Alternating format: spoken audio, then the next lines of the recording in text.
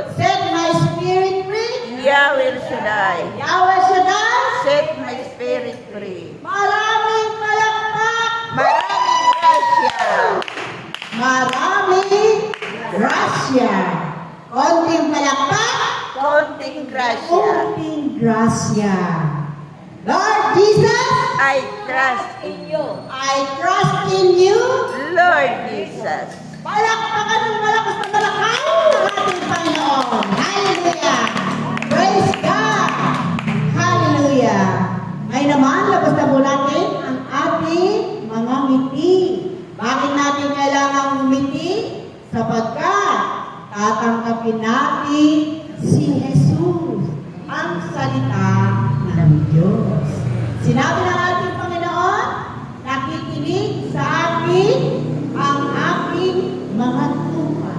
Kayo ba itupa ni Jesus? Amen. Kung gano'n, makinig. Ang may panikinig. Amen? Palakpakan ng malakas na malakas sa ating Panginoon. Hallelujah! Praise God! Hallelujah! Ngayon naman, lalako na tayo sa ating pagsasalu-saluhan. Mabuting balita ng ating Panginoon mula sa aklat ni San Mateo. Kabanatang 14, talatang 1 hanggang 12. Yan. Ang pagkamatay ni Juan Bautista. Sino ba si Juan Bautista? Kilala niyo ba? Pinsan ni Jesus. Sino siya? Pinsan ni Jesus. Pinsan ni Jesus, anak ni Elizabeth at ni Zacarias. Ano siya? Bautismo. Kaya nga Bautista eh. Taga-bautismo Sato. si Juan. Juan Bautista. Siya yung nakasulat sa mga ni Isaias sa kasulatan.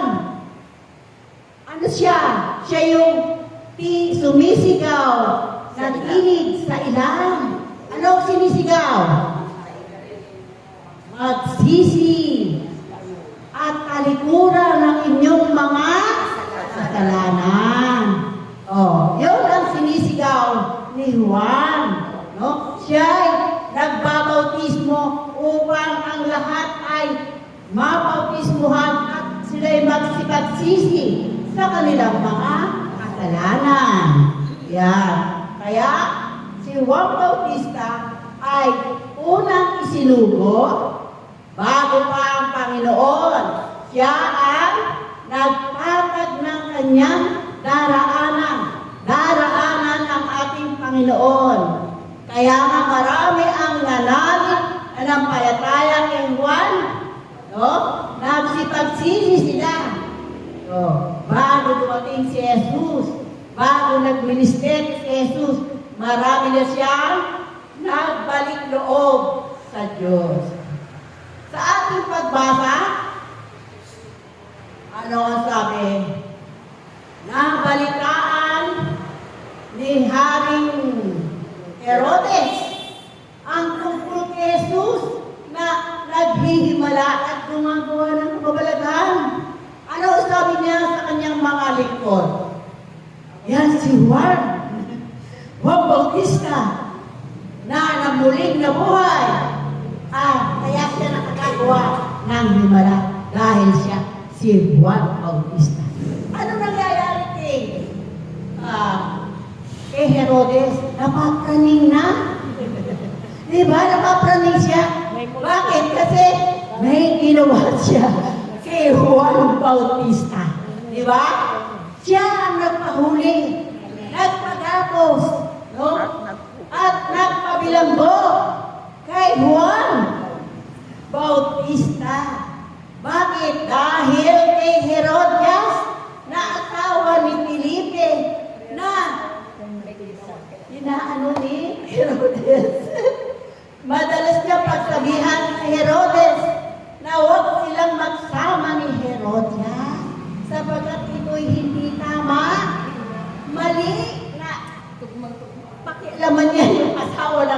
kapatid. No? Nagkakasala siya. Ang tanging gusto lang ni Juan, maituwid si Herodes. Pero ano ginawa kay Juan? Ano? Wala namang kasalanan. Ikinulong. Ibinilanggo si Juan. Oh? Sino ang may kasalanan dapat? Di ba yung nangangalo niya? Si Herodes at saka si Herodias. Dapat sila ang maparusahan. Noong panahon doon, ang mga nangangalo niya, binabatog sa liwasang bayan. Di ba?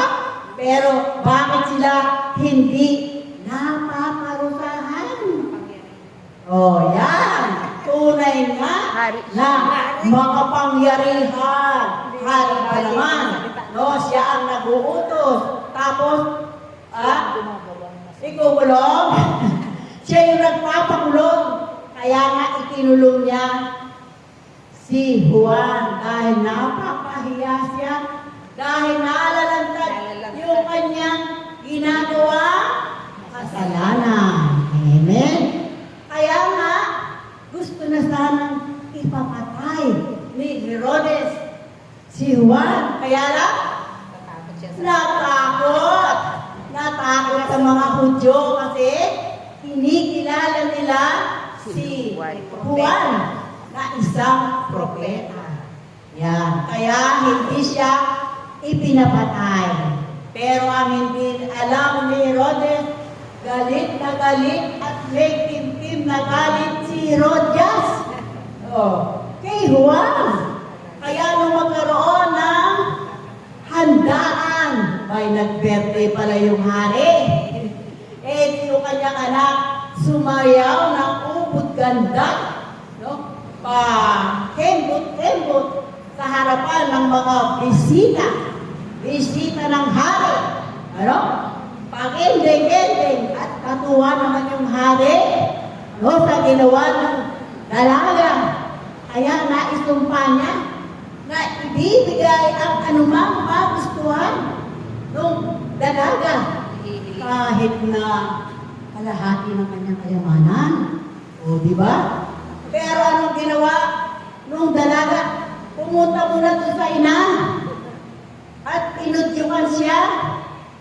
Oh, yung udyok ng ina ang niya sinabi kay Herodes. Ano yun? Gusto ko ang ulo ni Juan Bautista sa isang pinggan. No?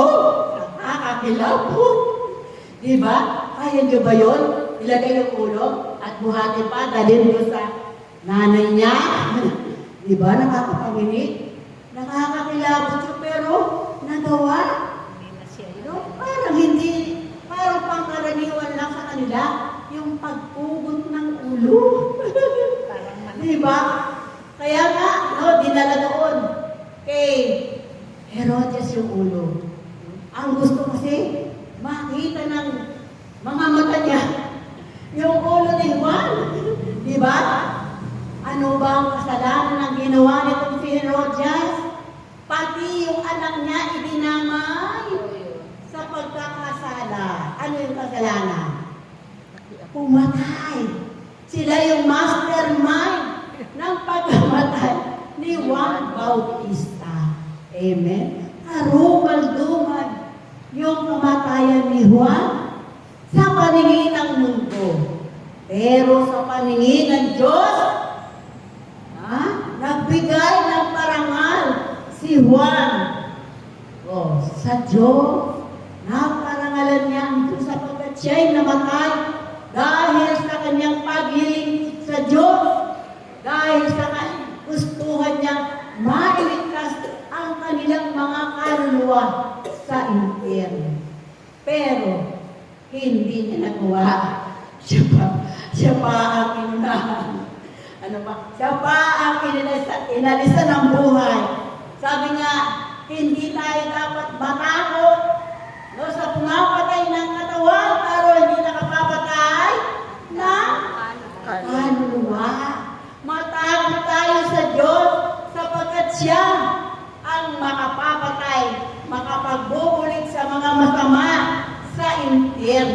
Amen. Talagang napakabuti ng Diyos kung tayo susunod sa kanyang mga utos. Ngunit kung tayo ay gagawa ng masama at magpapatuloy sa kasamaan, aba, mayroon tayong kalalagyan. Ano? May kalalagyan ng ating mga kaluluwa. Ibubulit ng Diyos sa impyerno ang kanilang mga kaluluwa. Hindi pa lang sila kinakalos sapagkat ang gusto ng Diyos lahat makarating sa langit. Oh? Kaya inaantay din ng Diyos na sila ay magbago, magsisi sa kanilang mga kasalanan. Kahit ano pa ang iyong kasalanan sa mundong ito, napakarami mong ginawang kasalanan, magbago ka lang at sumunod sa ating Panginoon. Ay dalawang kamay kanyang tatanggapin. Doon. Saan? Sa langit. No, ang gusto ng Diyos, ang mapupunta doon yung mga bago na, bagong buhay, bago na at mayroon ng Kristo sa puso. Amen? Palakpakan natin ang ating Panginoon. Hallelujah. Praise God. Hallelujah. Kaya tayo mga kapatid, no? Huwag tayong gumaya sa mga gumagawa ng masama na para bang chicken na chicken lang sa kanila yung kasamaan. Hindi na pinag-iisipan, maramdaman lang ng galit, gumagawa na ng hindi maganda. Oo nga, hindi sila yung pumatay, hindi sila yung pumugot, pero sila yung nag-utos. No? Sila yung mastermind. Mas mabigat ang kasalanan ng mga mastermind. No? Alam ng Diyos yan. Hindi natutulog ang Diyos. Alam niya, saliksik niya ang puso ng bawat isa. Alam niya ang ginagawa ng mga taong may ginagawang masama. Kasi saliksik niya yung puso mo'y madumi. Nakikita niya yung ginawa mo. Kaya magdasal ka lang. Dahil kung hindi ka magbabago, ay mayroon kang kalalagyan, no? Dahil pagdating ng panahon na pinaghiwalay na ang mga tupa at ang mga kambing, di ba? Oh. Pag ikaw ay napasama sa mga kambing, doon ka mapupunta sa impyerno. Amen? Palakpakan natin ang ating Panginoon. Hallelujah! Praise God! Hallelujah! Kaya nga tayo mga kapatid, habang tayo nandito sa mundong ito, tingnan natin yung ating pupuntahan. Dahil tayo, lalo na tayo mga matatanda na tayo. Malapit na. Dapat yung ating patutunguhan, alam na natin kung saan tayo pupunta. No? Dapat ang pupuntahan natin, sabi nga ng Panginoon, doon makakasama natin siya sa langit. Amen? Kaya huwag tayong tumigil sa mga gawain ng ating Ama. Itong gawain na ito ay ating pag-alapin. Pag-alapin ang pagpupuri at sa Kanya. Pagpupuri at pagsamba. Siya lamang ang sasambahin. No?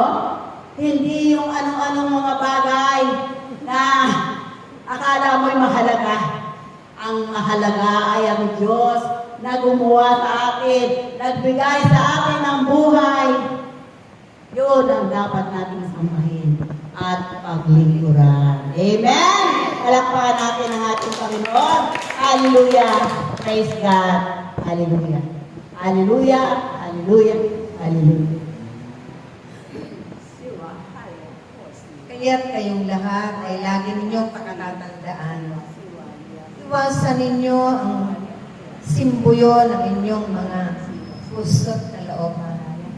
Ito'y inyong pagnilayan lagi bago man kayo magpasya. hingin ng gabay at patnubay ng Diyos. Kung papaano ninyo mapagtatagumpayan ang bawat suliranin at pagsubok na kanyang pinahihintulutan sa araw-araw ninyong pamumuhay. Dahil nariyan lamang sa paligid ninyo ang diablo at ito ang magiging daan upang kayo ay matukso sa lahat ng mga kasalanan na nariyan sa paligid ninyo. Huwag na huwag kayong magpapalinlang dahil ito man ang magiging daan ng inyong mga kapamakan patungo doon sa apoy na walang katapusan na nagningigas ng walang hanggan. Pagkos, nawa, pag-alabin ninyo ang inyong paglilingkod na may kalakip na pag-ibig at kagalakan, kapabaan ng kalooban lagi, para sa kapwa ninyo higit sa Diyos na makapangyarihan sa lahat. Yan, di ba? Talagang ang gusto ng Diyos, nakatulog tayo sa Kanya. O, yung mga tukso na yan, kapag nararamdaman natin, anong dapat gawin? Kita mo, talikuran. What? Pakituloyin. Entertainin, wag na entertainin yung mga tukso. Sapagkat yan ang sinasabi, tayo mapapahamak kapag in-entertain natin yung mga tukso na yan. Sabi ng ating Panginoon. Amen? Palakpakan natin ang ating Panginoon. Hallelujah! Praise God! Hallelujah! Kaya tayo mga kapatid, ang tatagubili ko lang. Hindi na naman makalimutan na tagubilin. Ha? Ang tatagubili ko lang, tayo ay kahit tayo makasalanan, no? Magbalik loob tayo sa Diyos. Sapagkat ang Diyos hindi tayo mababayaran. Tatanggapin tayo, magbalik loob lang tayo sa Kanya.